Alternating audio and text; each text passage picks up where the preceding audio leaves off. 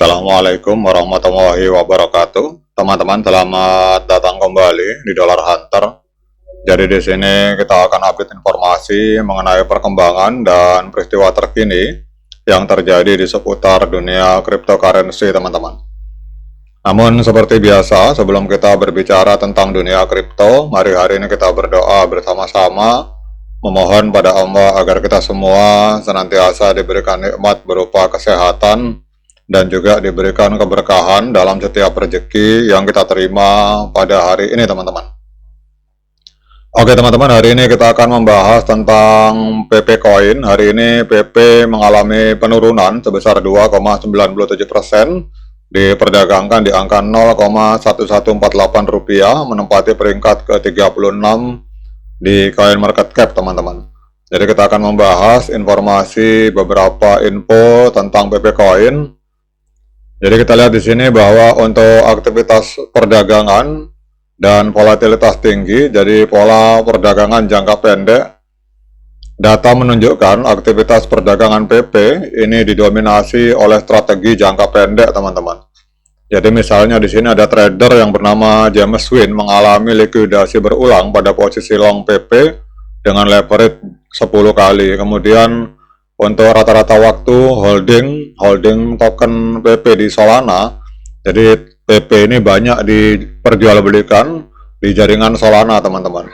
Ini rata-rata holding hanya sekitar 100 detik, turun dari 300 detik sebelumnya, mengindikasikan adanya perilaku spekulatif yang ekstrim, teman-teman. Kemudian kita bicara tentang intervensi whale. Jadi ada seorang pemodal besar atau whale yang melakukan pembelian 600,88 miliar PP senilai 4,97 juta US dollar pada tanggal 11 Oktober, teman-teman. Namun di sisi lain ada whale juga yang menjual atau pemodal besar yang menjual PP Coin senilai sebesar 2,227 triliun PP, dan dia mengalami kerugian sebesar 1,02 juta US dollar setelah memegang atau menahan PP Coin selama 100 hari, teman-teman. Jadi di sini ada yang membeli, ada yang menjual, teman-teman. Kemudian untuk sentimen komunitas dan resiko, jadi beberapa akun seperti Altcoin Daily menyebut bahwa PP ini bisa menciptakan jutawan atau membuat orang menjadi kaya. Namun sementara Nansen AI ini mencatat adanya akumulasi diam-diam, jadi banyak orang yang diam-diam menyerok PP meskipun harga turun lebih dari 25%, teman-teman. Namun kita lihat di sini juga ada resiko likuidasi tinggi. Jadi trader seperti Maci Big Brother dan James Wynn ini mengalami kerugian karena terkena likuidasi parsial pada posisi Ethereum dan PP pada saat market mengalami koreksi, teman-teman. Namun ada informasi positif, teman-teman, untuk integrasi ekosistem dan adopsi. Jadi ada dukungan platform. Jadi Kraken ini memasukkan PP dalam kategori high market cap meme coin, teman-teman, bersama Doge, Shiba Inu, dan Bong. Jadi PP ini dimasukkan dalam kategori meme coin tingkat atas bersama Doge, Shiba Inu, dan Bong. Kemudian yang menariknya ini adalah Valor ini meluncurkan ETP, teman-teman. ETP PP di bursa saham Swedia. Ini menunjukkan adanya adopsi oleh institusi terstruktur, teman-teman. Jadi ETP ini adalah langkah awal menuju ETF, teman-teman. Tetapi kalau kita lihat di sini baru ada di bursa saham Swedia, artinya PP dijual di market saham, teman-teman. Jadi kalau ETP ini hampir mirip dengan ETF, teman-teman.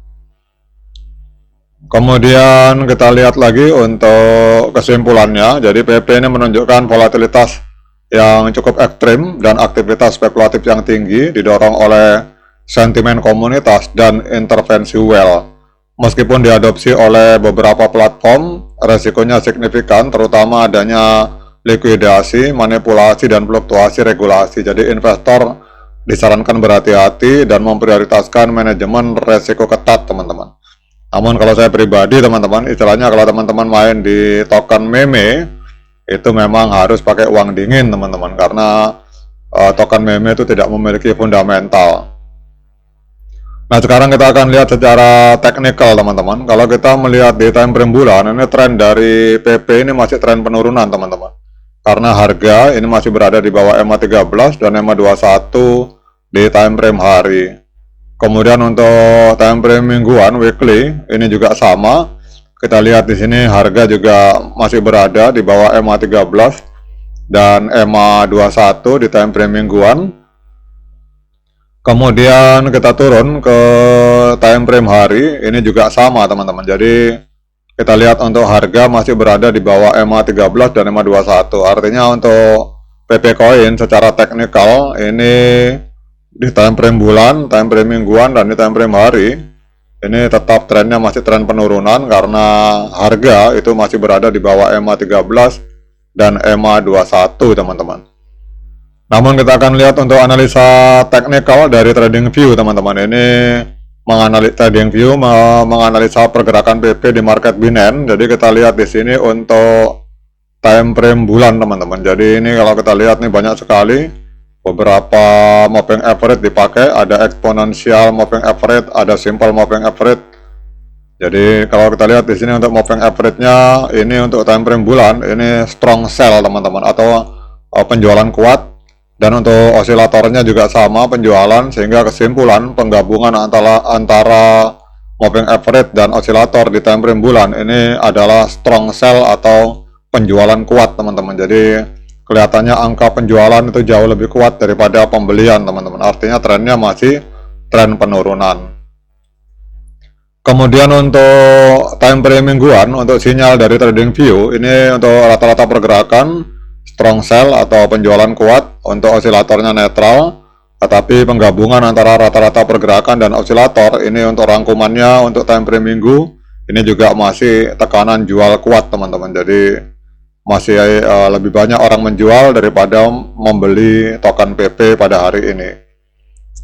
Kemudian kita lihat untuk time frame daily, ini time frame hari di TradingView. Untuk moving average atau rata-rata pergerakan penjualan kuat, dan untuk osilator penjualan, kemudian gabungan antara osilator dan rata-rata pergerakan ini menghasilkan sinyal penjualan kuat teman-teman. Jadi kita lihat di time frame bulan, time frame minggu, dan di time frame hari ini sinyalnya adalah sinyal jual teman-teman. Artinya harga masih akan mengalami penurunan. Nah, kemudian pertanyaannya, apakah layak bagi kita untuk melakukan pembelian PP Coin pada hari ini? Nah, untuk menjawab pertanyaan tersebut, saya persilahkan teman-teman untuk melakukan dior dan investigasi secara mandiri, karena uang Anda itu adalah tanggung jawab Anda masing-masing. Oke teman-teman, sekian dari saya, semoga bermanfaat. Assalamualaikum warahmatullahi wabarakatuh.